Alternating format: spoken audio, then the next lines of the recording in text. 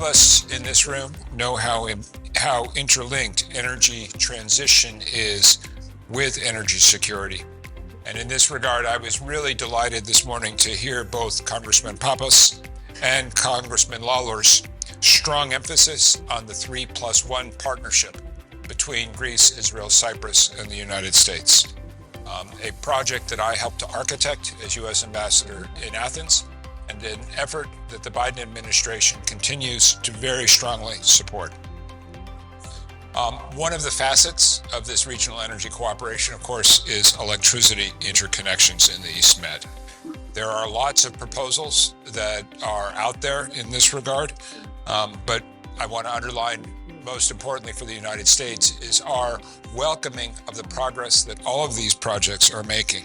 The American companies, including those who are present today in this conference, are strongly committed to their involvement in the Eastern Mediterranean region and the goals that I've talked about today. This underscores the leadership that American firms are providing, both in the traditional energy space, where the United States is now the unrivaled global champion of oil and gas exports, but also in renewables, where our Inflation Reduction Act is producing a dramatic and accelerating transformation of how we power our domestic economy, which is going to deliver benefits as well for partners, including partners in the Eastern Mediterranean, like Greece, Israel, and Cyprus. So the United States is committed to this region. We're committed to the 3+1, and most importantly, we're committed to partnership. And in that regard, I'm incredibly proud of the work that we have already done, but also incredibly excited about the opportunities that lie ahead. I'm incredibly proud to see Greece's increasingly important role, not just in the Eastern Mediterranean, but across all of Europe.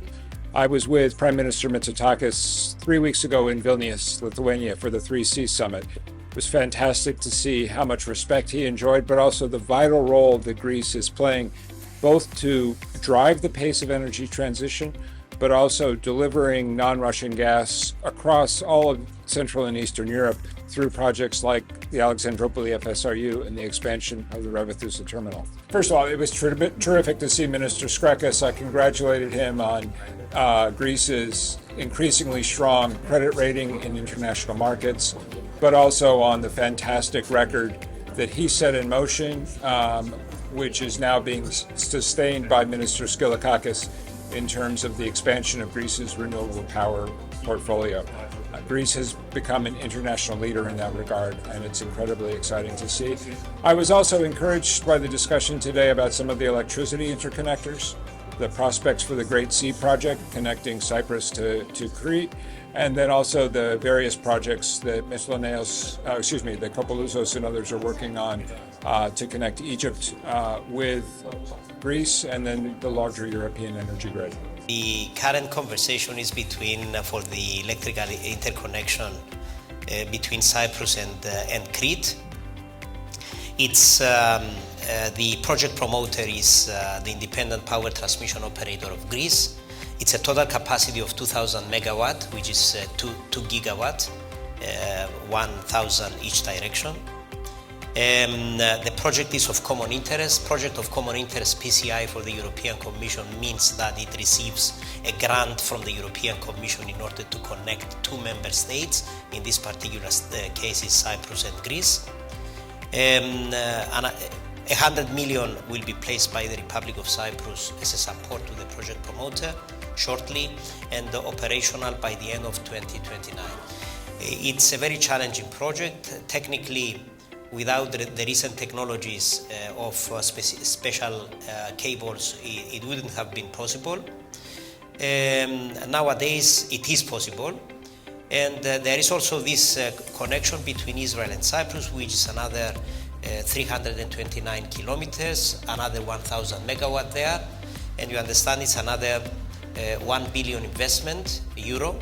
The connection between Cyprus and Crete is a 2 billion euro investment.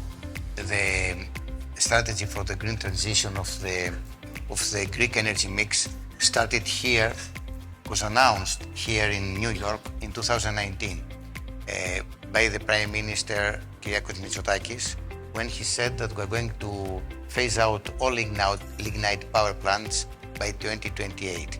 And he did this announcement in 2019. We didn't have the Russian invasion of Ukraine. We didn't have the energy crisis that followed the invasion. We didn't have the inflationary pressures that we feel today, and we didn't have all these geopolitical issues that happened in Southeast Mediterranean Sea that has caused the skyrocketing prices both in gas and in oil. That shows how proactive the Greek government was in 2019 and earlier. So since then, we have really achieved some very remarkable results. Σήμερα είχαμε την ευκαιρία να απευθυνθούμε σε επενδυτές εδώ στη Νέα Υόρκη, διεθνείς επενδυτές, και να τους παρουσιάσουμε τα τεράστια βήματα που έχουν πραγματοποιηθεί στην Ελλάδα τα τελευταία χρόνια για τη διευκόλυνση της επιχειρηματικότητας και του επιχειρηματικού περιβάλλοντος, το οποίο έχει φέρει πολύ σημαντικά αποτελέσματα. Έχουμε διπλασιασμό των άμεσων ξένων επενδύσεων τα τελευταία χρόνια, έχουμε διπλασιασμό των εξαγωγών και έχουμε ενδιαφέρον από κάθε γωνιά του πλανήτη, από επενδυτές που θέλουν να έρθουν στην Ελλάδα και να επενδύσουν. Παρουσιάσαμε την κατάσταση που επικρατεί σήμερα, έχοντας ένα σταθερό πολιτικό περιβάλλον με μια οικονομία η οποία αναπτύσσεται και η οποία έχει ανακτήσει την επενδυτική βαθμίδα και βεβαίως μια πολύ φιλόδοξη ενεργειακή πολιτική για τον πράσινο μετασχηματισμό του ενεργειακού μείγματος της χώρας και της δημιουργίας εκείνων των συνθηκών που θα καταστήσουν και την οικονομία μας αλλά και την κοινωνία μας πολύ ανταγωνιστικές τα επόμενα χρόνια.